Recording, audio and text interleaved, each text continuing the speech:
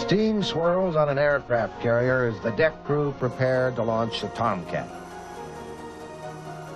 The pilot and his radar intercept officer brace themselves for the shock to come. Afterburners screaming with the full force of 20 tons of thrust, the Tomcat strains at the catapult. In just 3 seconds, it is blasted off the carrier, accelerating from 0 to more than 250 kilometers an hour. The Tomcat is getting aloft in a hurry because it has a vital mission: to protect the mobile fortress that it calls home. It is a mission it shares with the FA-18 Hornet.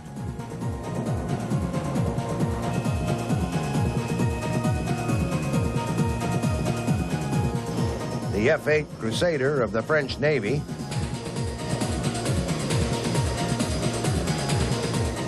and the Sea Harriers of Britain's Royal Navy and a number of smaller countries.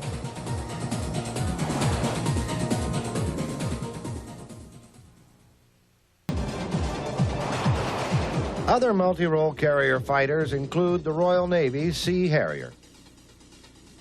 Although primarily an attack jet, France's Superintendard can also act as a point defense fighter. The Aeronaval's carriers are currently defended by the veteran F-8 Crusader, a design dating back to the 1950s. It will be replaced shortly by the Rafale M, a 21st century multi-role fighter. Since aircraft have gone to sea, they have been used to protect their floating home base. Early aircraft carriers, such as the American USS Saratoga, which was launched in 1925, embarked primitive biplane scout fighters. During World War II, Britain experimented with Hurricane fighters launched from merchant vessels to protect supply convoys.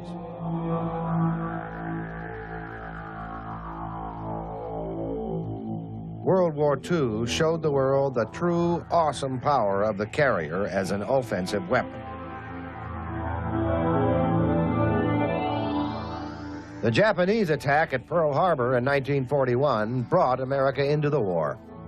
None of the U.S. Navy's 6 carriers were in port and would bear the brunt of the fighting in the next year.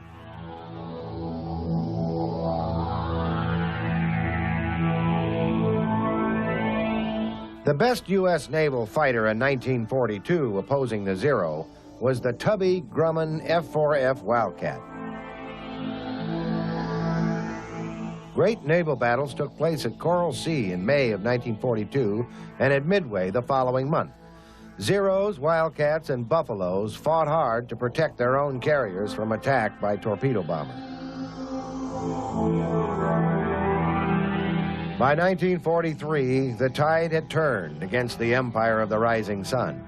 American fighters superior to the Zero appeared in the form of the Wildcat's successor, the F-6F Hellcat, and the Vought F-4U Corsair.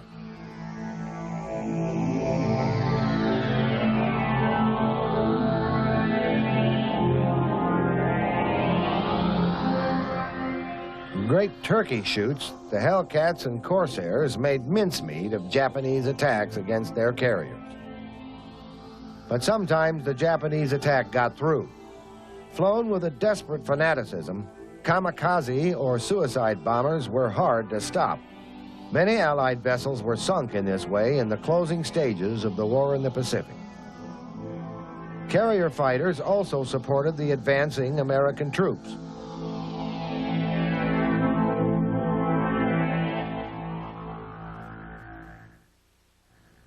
Soon after World War II, jets began to dominate carrier aviation. The McDonnell F-2H Banshee was an early U.S. Navy jet carrier fighter.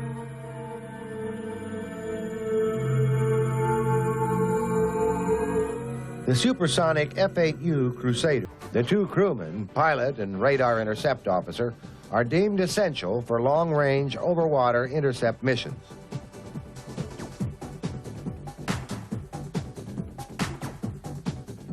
The Tomcat's main strength lies in the fleet interceptor role, rising up from the carrier deck to meet threats far from the vulnerable ships.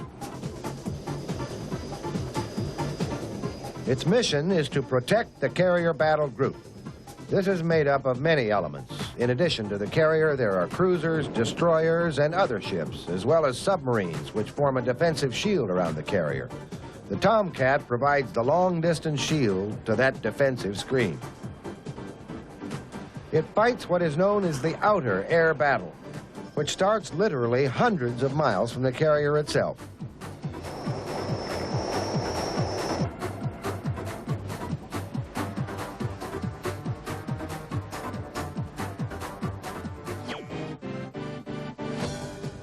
The Tomcat was designed to deal with all possible threats.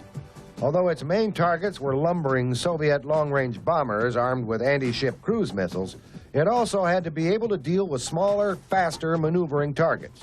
These include the cruise missiles themselves, as well as their potential fighter escorts. The Tomcat, therefore, had to be able to handle itself in close-range air combat, a capability which was graphically demonstrated against the Libyan fighters in the 1980s.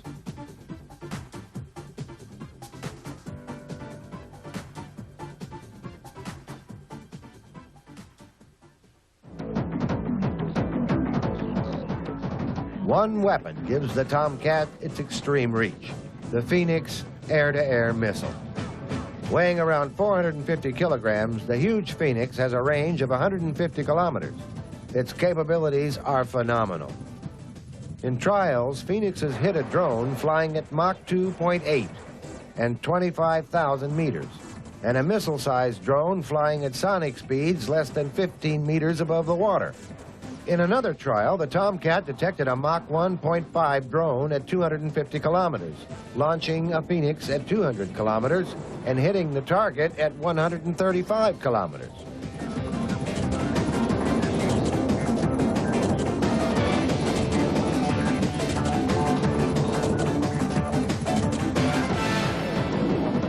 Key to this great combat ability is the powerful AWG-9 radar. It can detect and track dozens of targets at more than 300 kilometers and can engage 6 enemy aircraft simultaneously at up to 150 kilometers. Completing the Tomcat's claws are the medium-range Sparrow and short-range Sidewinder missiles. The F-14 also has a limited air-to-ground capability, dropping unguided bombs.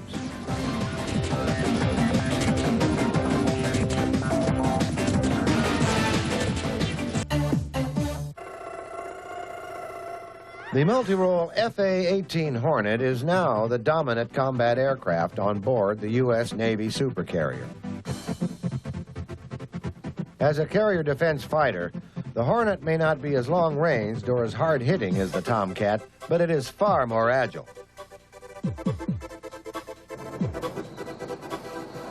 The Hornet's great flexibility allows it to fly both air-to-air and air-to-ground missions at the same time.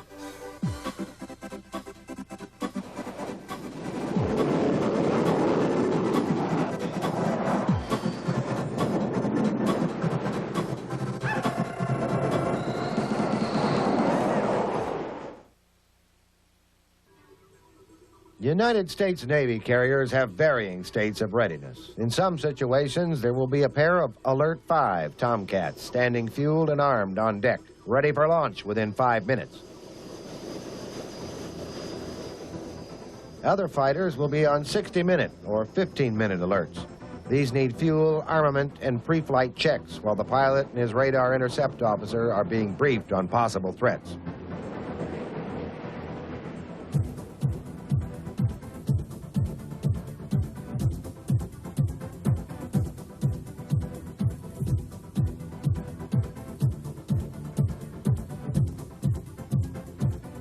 Most mission orders come from the battle group commander, usually a rear admiral, who has his own command facilities aboard the carrier, separate from the rest of the ship. At the height of the Cold War, the supercarriers of the U.S. Navy were the best protected warships ever to have taken to sea.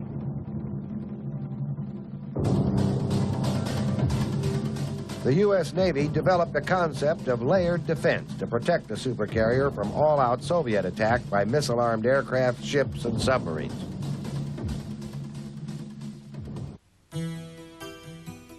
Protecting the outer zone of the battle group's layered defenses is the F-14. In high alert states, pairs of F-14s mount combat air patrols, caps at least 350 kilometers out from the carrier.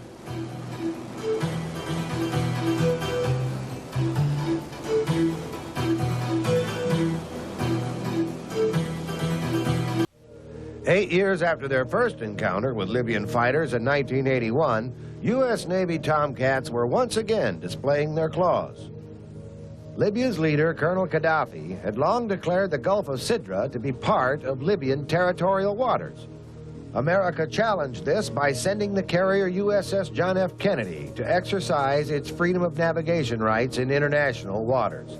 The scene was thus set for further confrontation.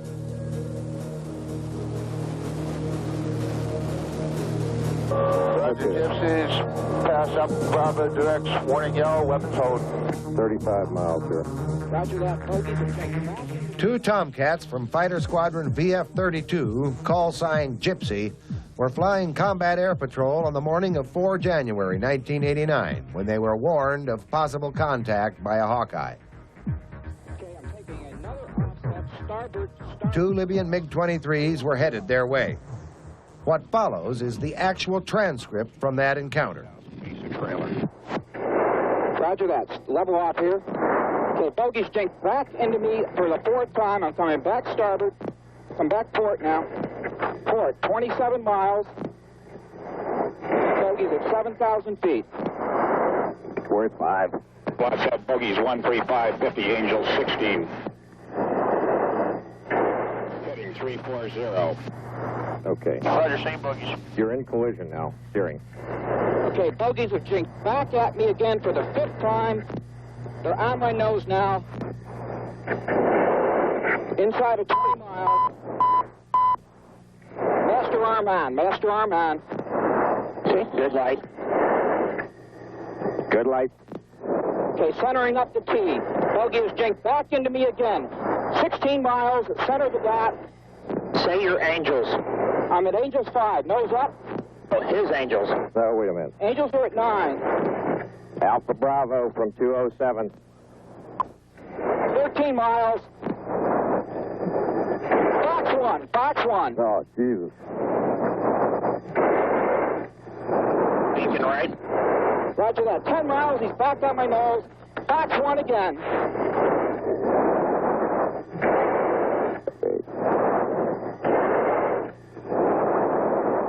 Watching them up. 6 miles. Tally 2.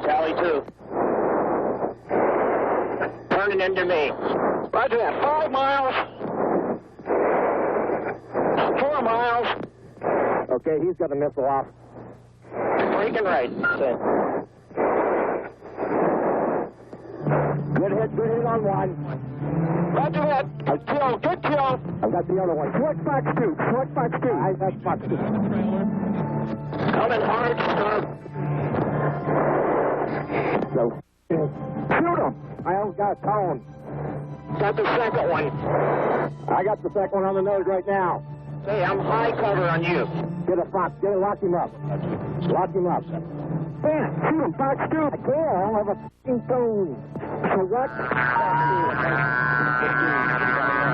Good kill. Hey, good kill. Pilot ejected. Ejected out of the second one. Okay, Meister, let's head north.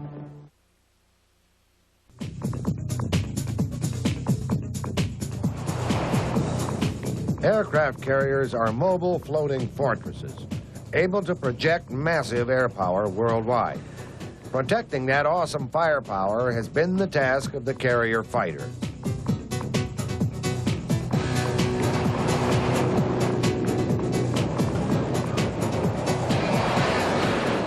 Operating from the tiny deck of a carrier, often in atrocious conditions, the naval fighter ensures that the carrier can perform its prime mission, to command the high seas.